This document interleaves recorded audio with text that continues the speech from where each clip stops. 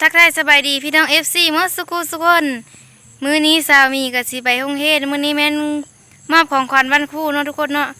เดี๋ยวเฮาไปรับชมรับเบิ่งกันเลยตอนนี้สาวมีก็ได้มาฮอดโรงเรียนแล้วนะทุกคนตอนนี้หมู่เพื่อนเฮากำลังจัดแจงดอกไม้เนาะเพื่อเฮ็ดเป็นซอตอนนี้กำลังแต่งตัวนะทุกคนนะ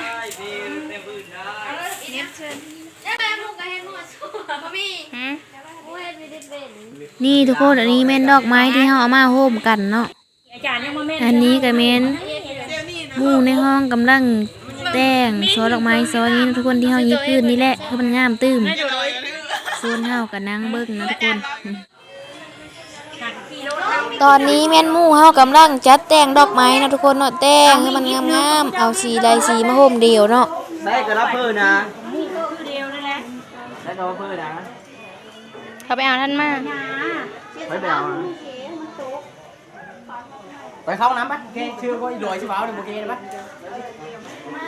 ซอดอกไม้ที่เฮาเอามาเฮ็ดก็คือใบตาลเนาะทุกคนเนาะเฮาจัดแต่งตัดเฮ็ดงามๆแล้วเฮาก็เอาดอกไม้ใส่ในเนาะดอกไม้ก็แม่นเอามาจากไห้หรือว่าน้ำไห้น้ำโซนนี่เฮิ่นเหลืออยู่หน้าเนาะทุกคนตั้งงามเก็บภาพนิดนึงแม่นดอกไม้จากธรรมชาติเนาะแล้วก็ปลูกเองพร้อมเฮาก็เก็บดอกไม้เพื่อไปมอบเพื่อครูอาจารย์เนาะอันนี้แม่นใบตาลเนาะทุกคนอันนี้ก็แม่นเตยที่เฮาพับเอานะทุกคนนะนี่พับเป็นดอกกุหลาบอันนี้ดอกโบบ้านเฮาแล้วเฮาซื้อใบตาลนะมันงามตอนนี้แม่นท่าแม็กเนาะทุกคนยังมีท่านแม็กเฮาก็เลยยังมีห่อซอมันเนาะบรรยากาศอยู่โรงเรียนเฮาก็ประมาณนี้เลยทุกคนอากาศดีนี่ทุกคนตอนนี้แม่นเฮาได้เฮ็ดซอดอกไม้แล้วเลยนะทุกคนเนาะมีแต่ซองามๆเฮ็ดโดยใบตาลเนาะทุกคนห่อซอด้วยใบตาลแล้วก็ดอกไม้ที่เฮาเอามาโฮมเดียวเนาะมีแต่ซองามๆสีดอกไม้ผสมประสานเดียวเนาะทุกคนเฮ็ดแล้วก็พาเดียวถ่ายรูปได้รูปประมาณนี้เลยทุกคนต่อไปแม่นเฮาสิไปฟ้อนเนาะทุกคนเนาะเดี๋ยวเฮาไปเบิ่งกันเลยอยู่ต่อหน้าโรงเรียนเนาะนี่ทุกคนตอนนี้แม่นเฮากำลังฟ้อนอยู่เนาะอันนี้แม่นนักเรียนม.7บทฟ้อนชมเชยครูเนาะทุกคนมาในชุดเศร้านุ่มลาวใส่เกิบแผ่เนาะซ้อมเพียงแต่มือเดียวทุกคนเอ้ยเวลาสั้นเนาะเฮาซ้อมน้อยนึงเนาะฟ้อนอยู่นี้ทั้งหมดแม่น14คนเลยนะทุกคน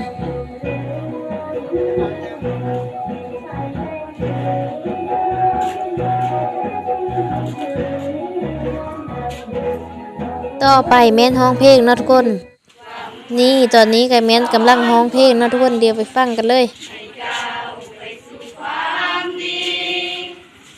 บุญคุณผู้ดีบ่มียังพอเปรียบเหมือนดังแม่และพ่อหลานพ่อยอเอาไว้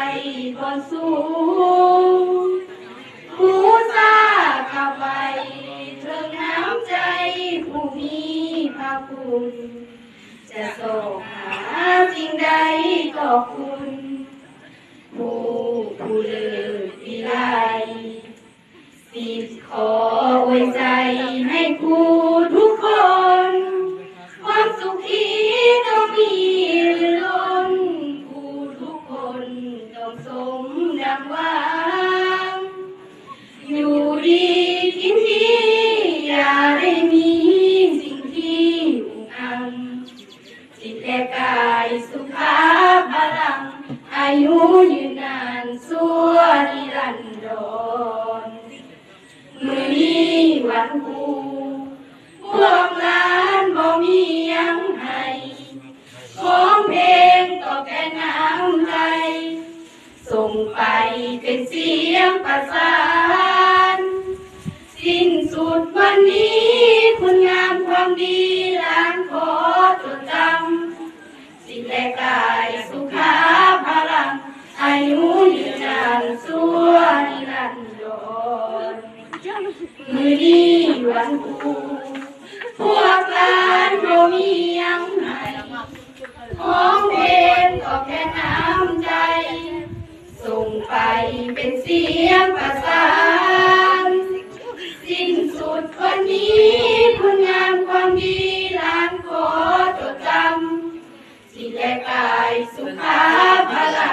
อายุยืนนานสัวนิรันดร วัดได้เป็นอย่างดีมีการติดตามตรวจสอบสอบละเอียดห้อยโรงเรียนอดีตอดีต ตอนนี้ก็แม่น เข้าจะนั่นจะนั่นติดตาม ฟ้อนกับห้องเพลงไปแล้วเนาะทุกคนยังแข่งกีฬา การจัดการเคลื่อนไหว รายการต่อไปแม่นมอบซอดอกไม้นะทุกคนเดี๋ยวไปเบิ่งกันเลย ตอนนี้แม่นนักเรียนแต่ละห้องกำลังจัดแถวเพื่อเกมเฮาไปมอบซอดอกไม้ให้ครูอาจารย์นะทุกคนหลายคนหลายซอเติมเนาะแต่ม.1 ฮอดม.7 มีผู้ชายผู้หญิงเนาะห้องละ4คนพระทางนั้นแม่นแถวม.ต้นเนาะทุกคนเนาะโซนทางนี้แม่นมอปลายนี่ดอกไม้แต่ละคนก็มีแต่ซองามๆเนาะทุกคนนี่มีหลากหลายสี สำหรับโครงการเนี่ยเพื่อความเป็นระเบียบเรียบร้อยนะที่ว่ายับเข่ายังเป็นระเบียบเนาะแล้วจำเป็นด้วยจำเป็นอยู่ด้วยจำเป็นด้วยโครงการเขาจะแจ้งเขาให้เป็นระเบียบด้วยโครงการนะถึงไปด้วยยับเข่าเป็นระเบียบด้วยโครงการโปรโมชั่น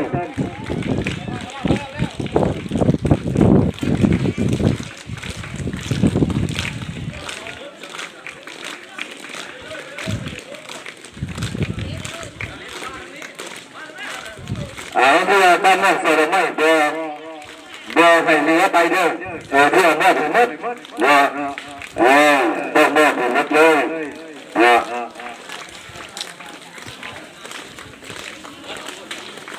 สำหรับตัวการงานนับต่อตัวระเบียบด้วยสำหรับอาการที่ว่าเป็นตัวแต่งขึ้นเราพี่น้องไปแม่ถึงขึ้นนิดเลยด้วยฉะนั้นที่ว่าการจะมอบมาเพื่อให้เป็นระเบียบเป็นตื่นด้วยเป็นระเบียบเป็นตื่น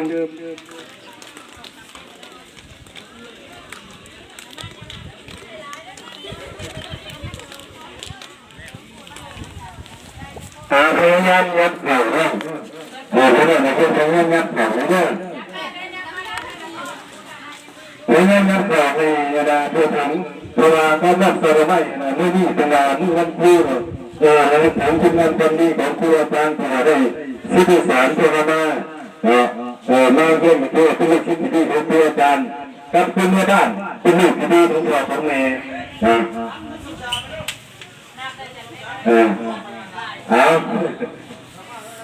อะไรอันนี้ก็พูดตั้งคำท่องใช่ไหมมาก่อนฟังด้วยของเราเนี่ยเพื่อนับ1 2 3นะ1 2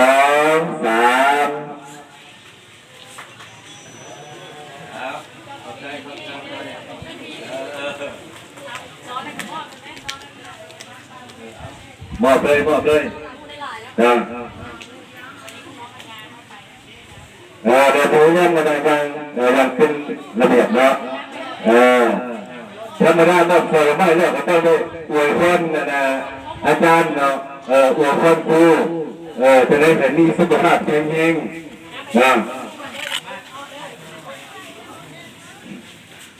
อันนี้ก็เป็นการของคุณครูอาจารย์ผู้ใดสิทธิ์สอนผู้ใดนักเรียนตั้งแต่ม.1 ถึงม.7เพราะฉะนั้นเพื่อนนี้เรามีโอกาสได้มาตอบแทนบุญคุณของครูอาจารย์เราไปได้ไหนด้วยข้ามาผู้อ่อนโยนอันนี้แม่นพังเฮาเนาะทุกคน หลังจากมอบซอดอกไม้แล้วก็มาเบิ่งรับเสียกันแข่งกีฬาแล้วทุกคนตอนนี้แม่นกำลังแข่งพายบกมี3ทีมเนาะมี71 72แล้วก็ม.6เนาะทุกคนโมนหลายเติบนะโอเคทุกคนตอนนี้แม่น7-1ชนะไปเนาะนี่อันนี้แม่นเจนินเฮาเนาะอันนี้แม่นสาวมีเอนะทุกคนเฮาชนะไปก็ดีใจแห้งๆอันนี้แม่นแข่งแล่น3ขานะทุกคนมีหลายทีมมีหลายครูเนาะนี่แล่นกอดข้อดีกับตรงๆเนาะ กว่าสิฮอดเส้นไส้นะทุกคนรอบนี้เฮาก็เฮาเส้นไส้เป็นที่เรียบร้อยเลยเรามีเรียนครูกับเจนินเพิ่นนะทุกคนอันนี้แม่นผู้ชายเขากำลังแข่งเฮอบกนะทุกคนนี่มี3ทีมคือเดียวนะทุกคนนี่ฮอดเส้นไส้แล้วก็พอเดียวล้มพุกล้มเผาเลย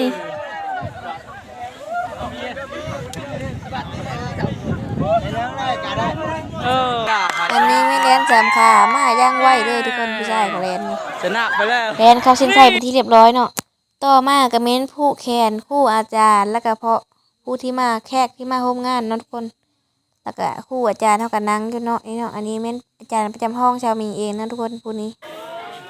หมู่เพื่อนเนาะก็มาย่อท่าผู้แคนอาจารย์เนาะทุกคนมีหลายคนนะนักเรียนเท่ากับมีม.7 ม.6 เนาะ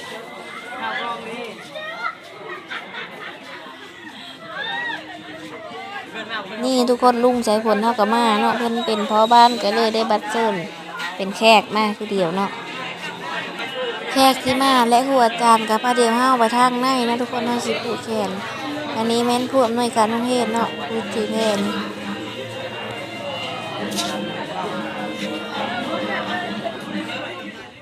หลังจากที่ผู้แขนครูอาจารย์แล้วเนาะทุกคนเฮาก็มีการแข่งขันกีฬาเตะบาสนะทุกคนอันนี้แม่นทีมชายหม้อปลายกำลังเตะแข่งขันเนาะเตะแบบว่าโม้นซื้นเนาะทุกคนเอาเป็นกีฬาเนาะมาฮอดนี้วิดีโอนี้ก็ได้จบเพียงเท่านี้แล้วพบกันใหม่คลิปต่อไปเด้อทุกคนบ๊ายบาย